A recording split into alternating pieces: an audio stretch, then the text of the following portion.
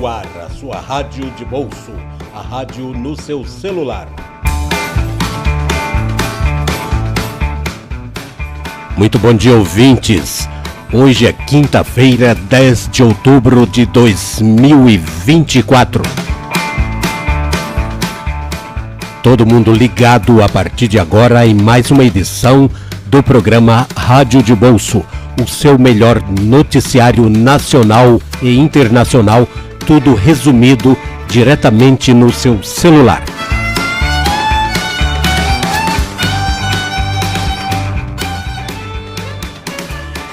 E nós começamos o programa de hoje falando de política.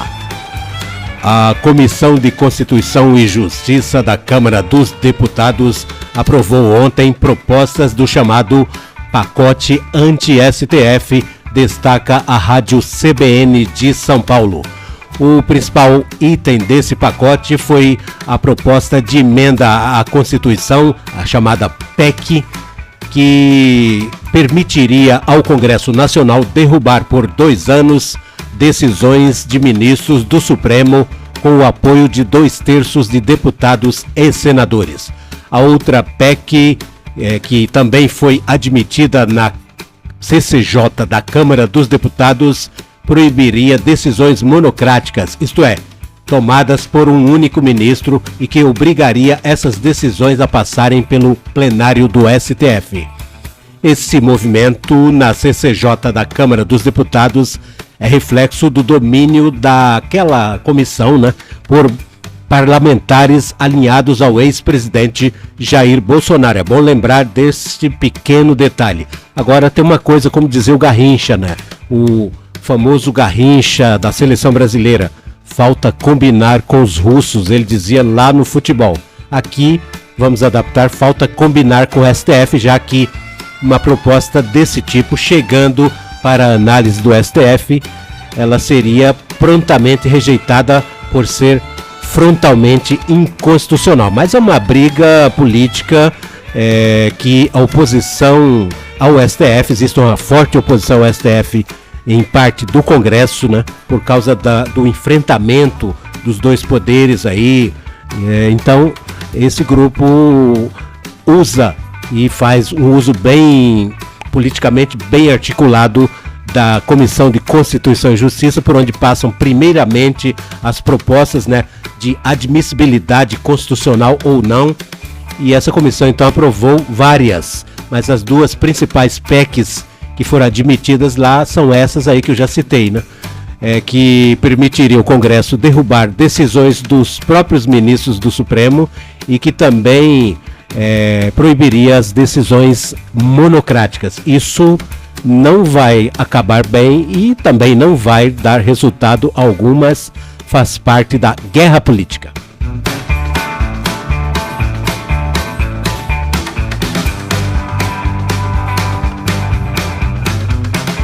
Agora eu vou falar aqui de um assunto que deveria chamar a atenção da Secretaria de Defesa do Consumidor lá do Ministério da Justiça e dos PROCONs, Defesa do Consumidor de modo geral, É o seguinte, o jornalista José Paulo Kupfer, um experimentado jornalista que cobre bem essa área da economia, ele levantou uma lebre muito curiosa na sua coluna no portal UOL. José Paulo Kupfer diz que as remarcações de preços e de serviços, de produtos e serviços antes das promoções da Black Friday deste ano estão pressionando e vão pressionar a inflação até o final do ano. Ele cita o economista Fábio Romão, da LCA Consultores, que aponta a influência dessas remarcações na inflação já a partir de setembro, do índice que vai sair relativo a setembro e até o final deste ano. Ou seja, um risco para a inflação, para aumentar a inflação, isso aí, e para o bolso dos consumidores, que estariam sendo lesados por aumentos antecipados, e depois eles ganhariam os tais descontos na Black Friday, que por causa disso, não é à toa, muita gente chama de Black Fraud a brasileira, Então, as famosas Black Frauds que ocorrem no Brasil no mês de novembro. Então tá aí um assunto aí para acender uma luz, pessoal estaria remarcando preços antecipadamente para quando chegar lá em novembro, mês que vem, dar aquele desconto. Ou seja, você vai receber um desconto de 50% depois de um aumento de 100%. Eu não sei o índice exatamente, mas é o que se comenta, né, quando se fala na tal da Black Fraud. Mas isso, de fato, seria uma fraude muito grande, além de influenciar os índices inflacionários. Então, de olho aí nesse assunto.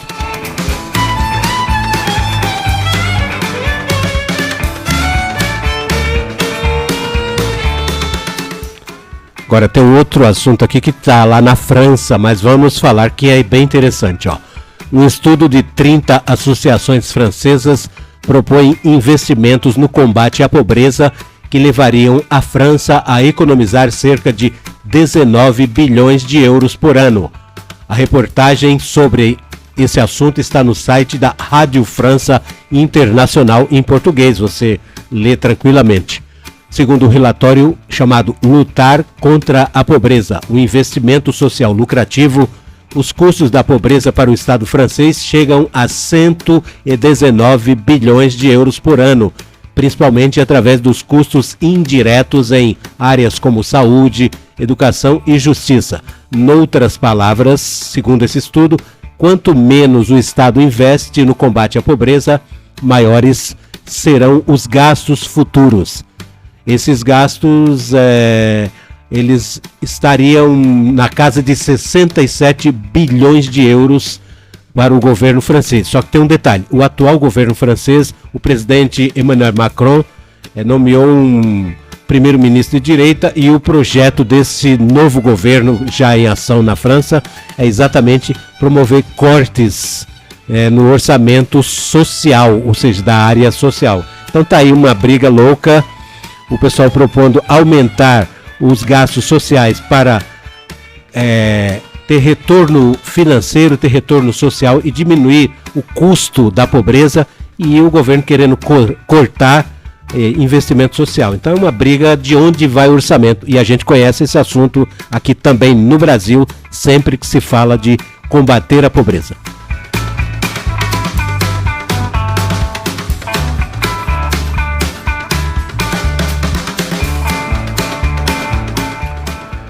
E ainda mais um rescaldo aí, mais um tantinho aí das eleições deste ano, eleições municipais de 2024.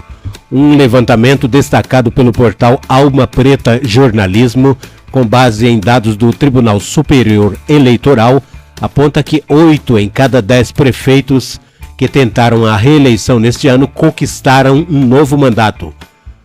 Os reeleitos representam 44,67% do total de candidatos que venceram o primeiro turno da eleição deste ano.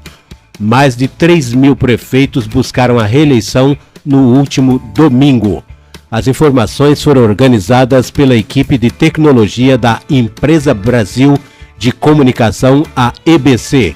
Agora a gente tem que lembrar o seguinte, e várias matérias mostraram ao longo da semana, do início desta semana, né, que as emendas parlamentares irrigaram as campanhas de milhares de prefeitos vitoriosos. Não que eles usassem, né, o dinheiro diretamente para distribuir com a população o dinheiro das emendas, mas as obras que essas emendas patrocinaram, a promessa de chegada de obras e o anúncio e o carnaval político feito em cima das emendas parlamentares, tudo isso aí terminou ajudando, impulsionando, alavancando candidaturas, principalmente do bloco mais conservador, mais à direita, em todo o Brasil. Então essa é uma explicação muito simples para tanta gente ter conseguido a reeleição aí na barbada.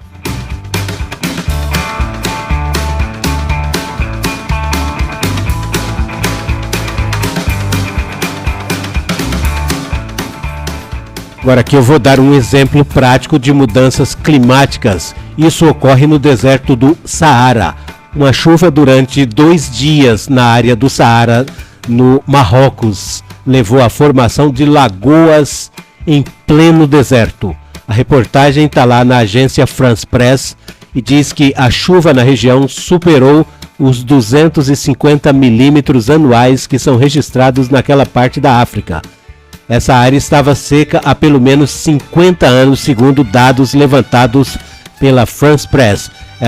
E foram registradas então, essas chuvas, essas precipitações foram registradas inclusive por satélites da NASA.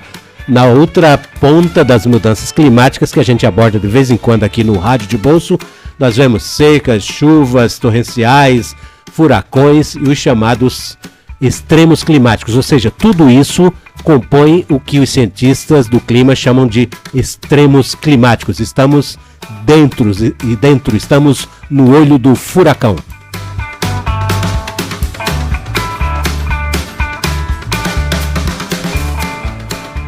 Agora a nossa dica cultural é do Instituto Tomi Otaki de São Paulo, que prepara o início de uma grande exposição do artista plástico Carlito Carvalhosa. A exposição se chama A Metade do Dobro e será aberta ao público no dia 25 deste mês no Instituto Tomi Otaki com entrada gratuita. Serão expostas esculturas, pinturas e instalações de Carlito Carvalhosa.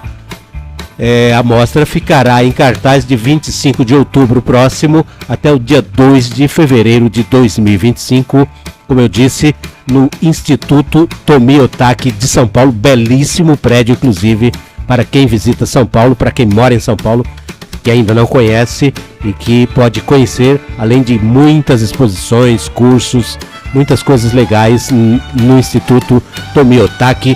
Essa é a dica que encerra o programa Rádio de Bolso desta quinta-feira. Eu sou Djair Galvão, agradeço a audiência, mando um forte abraço e desejo uma quinta-feira excelente para todo mundo. Aquele abraço.